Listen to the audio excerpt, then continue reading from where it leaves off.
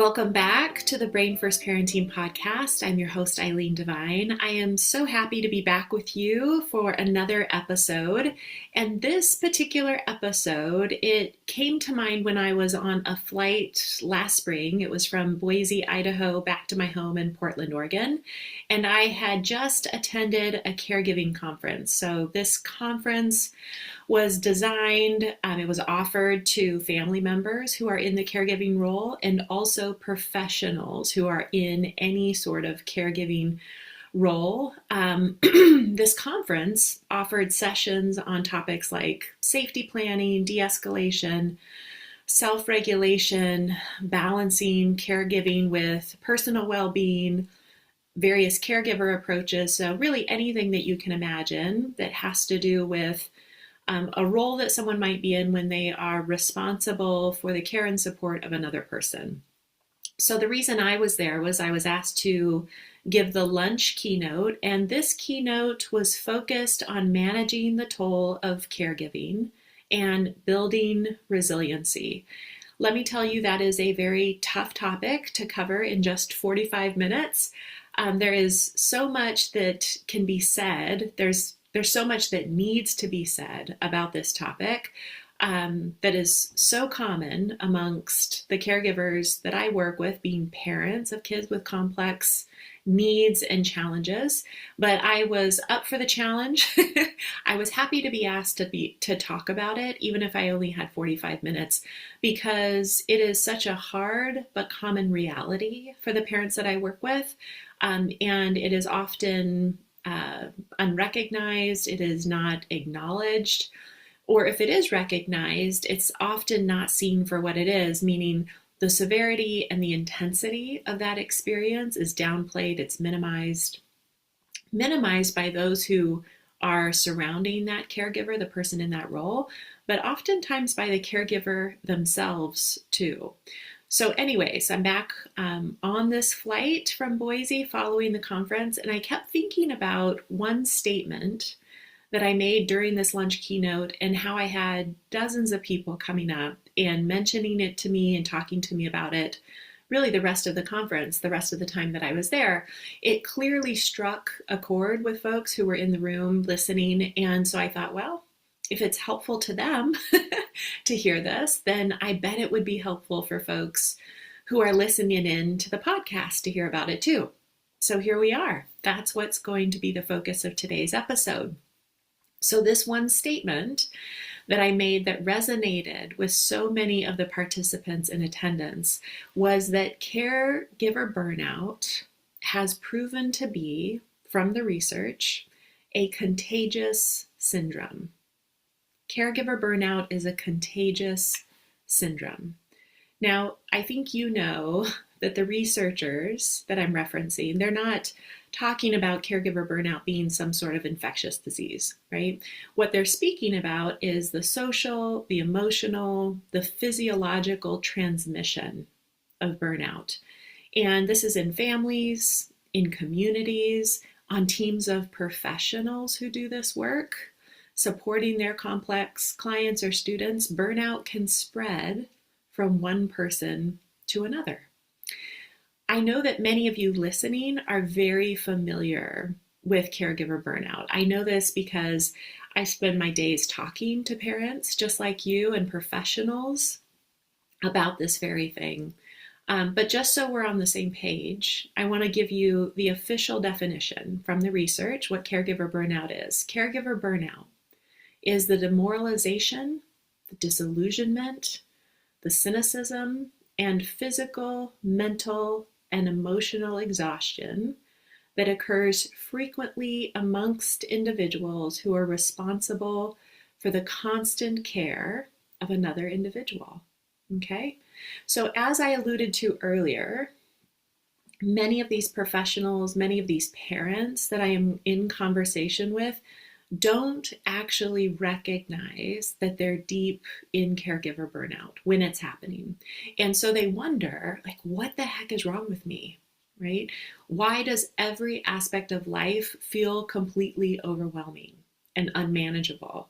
They wonder why they are experiencing higher levels of anxiety and depression, why they're so irritable all the time. They wonder why they are experiencing all these health issues that they've never had before. Things like poor sleep or changes in appetite or chronic headaches, digestion issue, chronic pain. It seems to have snuck up on them. And when they are in the depths of burnout and they have that feeling like, where did this come from?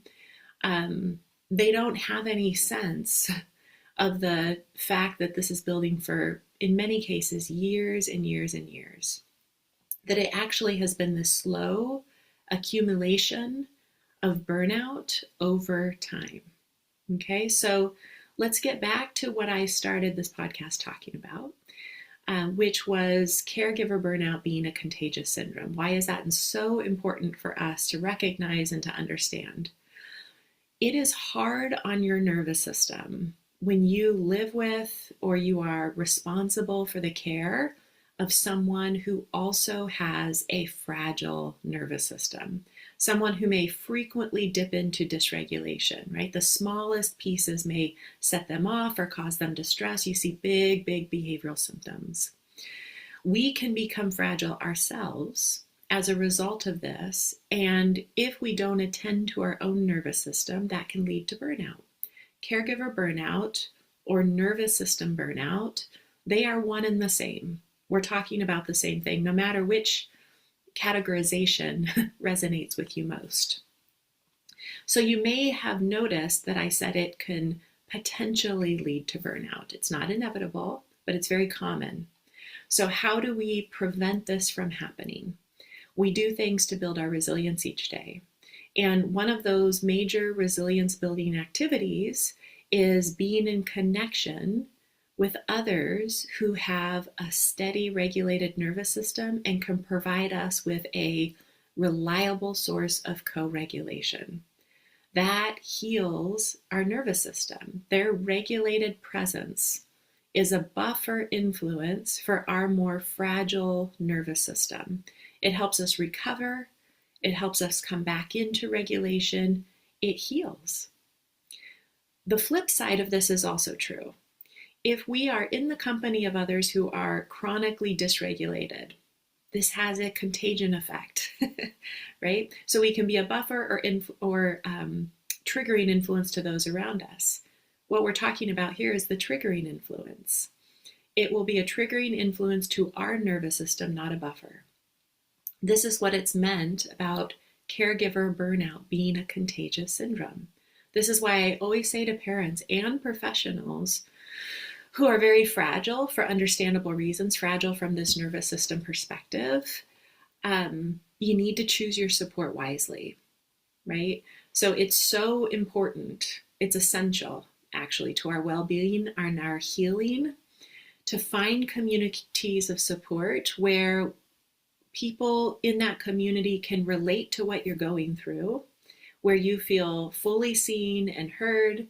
That is absolutely necessary and healing if it is also a community. It's also a place where there is an emphasis on resilience building and helping you get to a better place. That has to go hand in hand.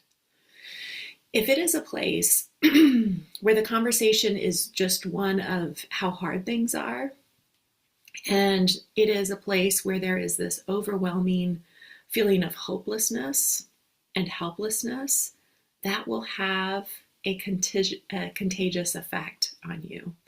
That will lead you towards burnout. That is the contagion that we talk about with caregiver burnout being a contagious syndrome. The support you engage in, whether it's a community or on an individual basis, it needs to be a place where, yes, you can speak openly about your struggles and how hard things are. You don't need to censor yourself. And also where the response to that is something along the lines of, how can we help you get to a better place? What do you need in this moment to find relief and peace? I'm so glad you told me. I'm here for you. They provide a steady, regulated presence for you to lean into, right? Basically a place where you know you can find consistent, reliable co-regulation. Now, if you're looking for a place with all of this and more, I want to encourage you to check out the Resilience Room community. This is a membership community that I have facilitated for going on 6 years now.